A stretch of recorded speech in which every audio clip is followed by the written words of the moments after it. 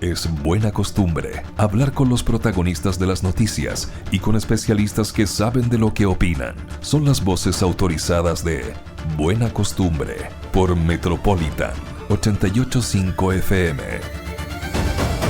Masiva manifestación de los trabajadores de Huachipato que están comenzando a mostrar su capacidad de convocatoria.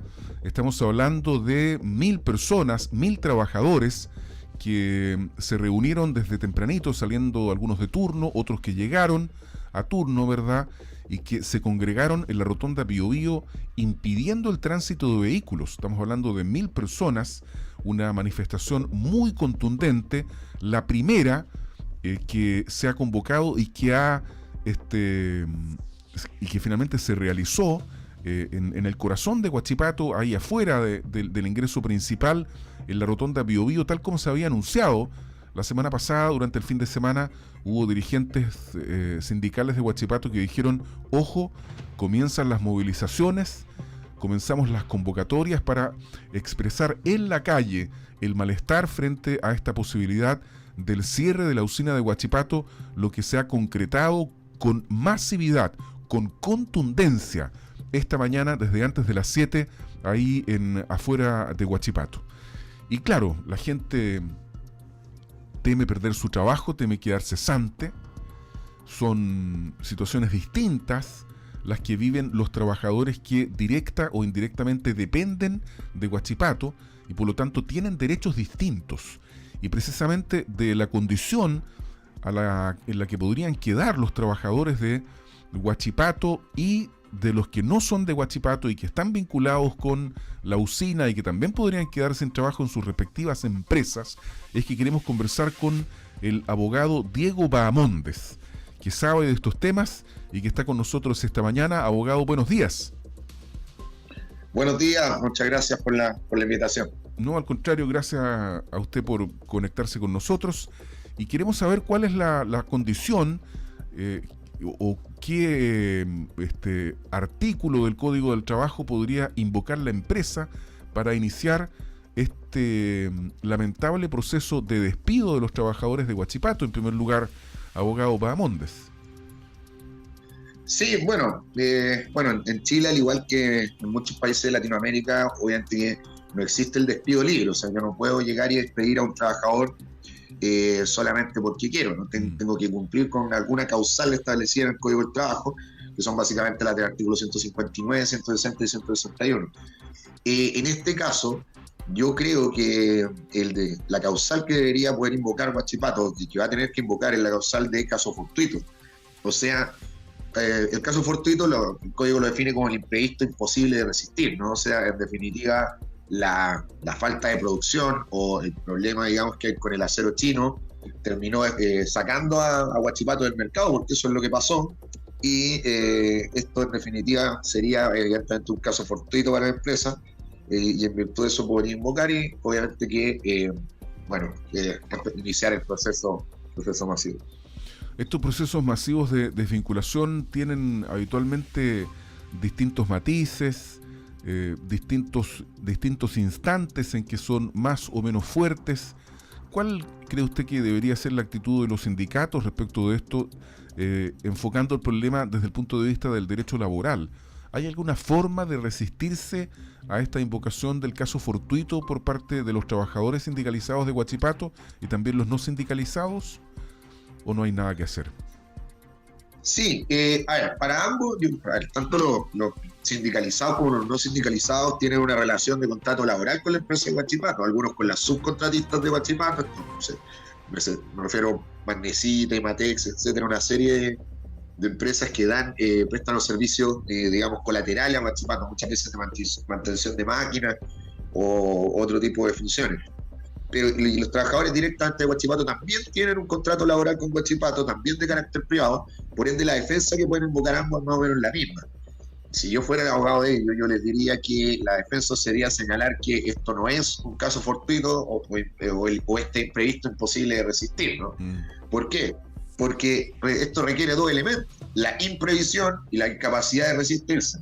Yo creo que estos elementos pudieran no darse, puesto que imprevisión aquí no hay. O sea, hace Yo el otro día hablaba con un trabajador, por lo menos desde el 2019, Sí. que Huachipato arrastra una situación compleja, que logísticamente ya estaba funcionando mal. Uno que yo que asesoré a algunos sindicatos, digamos, en Huachipato, uno veía ya que la empresa, digamos, que había un desorden en la empresa, porque no entraba la faena y veía eso. Entonces, digamos, es cuestionable desde ese punto de vista que sea imprevisto, digamos. Más bien yo diría que es una situación que ya se debía venir y que en definitiva debieron haberse tomado medidas. Acá, abogado, hay varias cosas que son varios elementos dentro de este análisis. Como bien se señalaba recién, pareciera ser, no es algo de ahora, de hace un par de semanas, sino que además también pensar de que durante el verano también Huachipato tuvo que cerrar un laminador que generó obviamente despidos y que uno podría pensar que, tal como señala usted, el tema de esto fortuito no lo es tanto. Ahora, mirándolo desde las estructuras de lo organizacional, de lo que son el poder de los sindicatos, capacidad de negociación de los sindicatos para que estos despidos sean, si es que efectivamente, estoy pensando en el peor escenario, de que esto se cierre y que no tenga más vuelta, puedan afectar entre comillas, tengan un menor impacto dentro de los trabajadores. ¿Qué debería o qué ámbitos deberían de reforzarse desde la negociación de los sindicatos con la empresa? Ya, claro, ahí, bueno, la pregunta es un poco compleja, tiene varias aristas, voy a tratar de separarlo. Creo que primero es la defensa, digamos, de los trabajadores en cuanto a las demandas individuales de despido. Me refiero, ¿qué puede hacer el trabajador cuando yo me refería a alegar que no está su fortuito, ir a tribunales y alegar que hay un despido injustificado?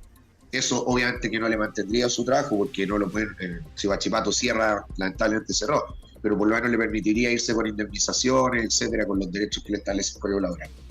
Ahora bien, desde el punto de vista de los sindicatos, la verdad es que los sindicatos, el sindicato de Huachipato es un sindicato fuerte, o sea, está el sindicato 1, el sindicato 2, que entre todos esos dos me parece que hacen cerca de 1.800 trabajadores. Están además los sindicatos de las subcontratistas, Beriberitas, Magnesitas, Imatex, etcétera, Equans. Entonces, entiendo, bueno, yo veo que ya hay, digamos, hay marchas, etcétera, que tienen todo un itinerario para esta semana, digamos, algunas convocadas por vecinos, otras convocadas por trabajadores. Pero los sindicatos, yo entiendo que algo ya han hablado con la empresa. Hay trabajadores que a los que se les va a pagar, y que son los trabajadores más antiguos, que ya 30, 40 años, estos trabajadores se les va a pagar casi la totalidad de esos años de servicio porque están con la ley antigua, antes de las modificaciones por el trabajo. Entonces, no hay límite de 11 años de indemnización. Exacto, donde no está el límite. Entiendo que a lo otro algo se está negociando, digamos, para poder darles, digamos, una indemnización, digamos, pero no tengo, digamos, los antecedentes para saber cuáles son. Pero entiendo que a ellos eventualmente se les puede dar una indemnización pactada, ya porque en el fondo el Código del Trabajo no te prohíbe, digamos, darle una indemnización igual.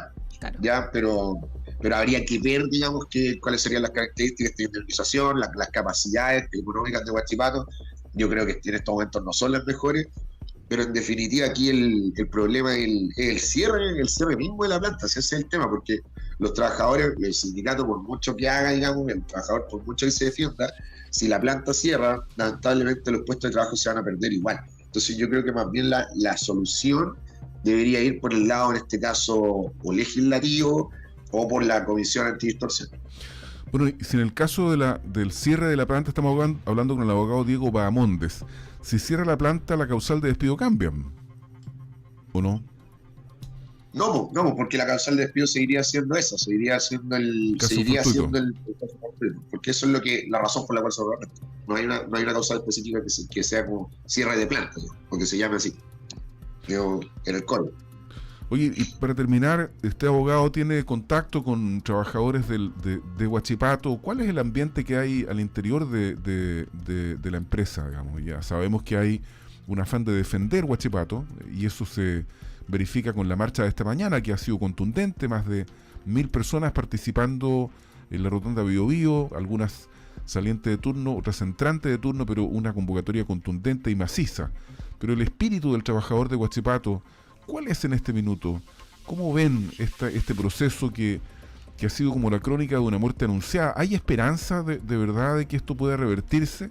¿Hay confianza en que lo que expresa el directorio de Huachipato sea lo que efectivamente quiere? Es decir, abrir una puerta, una ventana para que se pueda negociar o ver cómo podría mantenerse a flote la industria de la usina en Chile. Claro, o sea, es que bueno, aquí creo que hay que entender cuál es el fenómeno que se está dando en Huachipato, que en definitiva que aquí hay un dumping, que esta entrada, ¿no es cierto?, de valor, o sea, ¿no es cierto?, de competencia de acero, que lo hace a un 40% más barato que Huachipato. ¿Por qué? Por la tasa arancelaria que se le da a Huachipato, que es un 25%. Esto es un tema de impuestos. Entonces, ¿qué piden los trabajadores? ¿Qué pedía Huachipato? ¿No? En definitiva piden que se le iguale la cancha, ¿no? Como lo dijo muy bien el presidente, ellos no quieren subsidio. Ellos no necesitan eso, no, quieren que en definitiva se empareje la cancha a la venta de bolas de acero y de las láminas de acero, por ende que se le dé también este 25%, ¿no es cierto?, a ellos.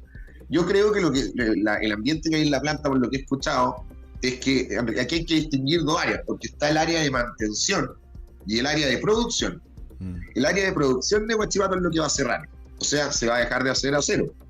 Pero bueno, el área nuclear, digamos, ahí deben haber por lo menos 1.500 o 1.200 puestos de trabajo, o sea, directos, más la serie de trabajos indirectos que son cerca de 20.000.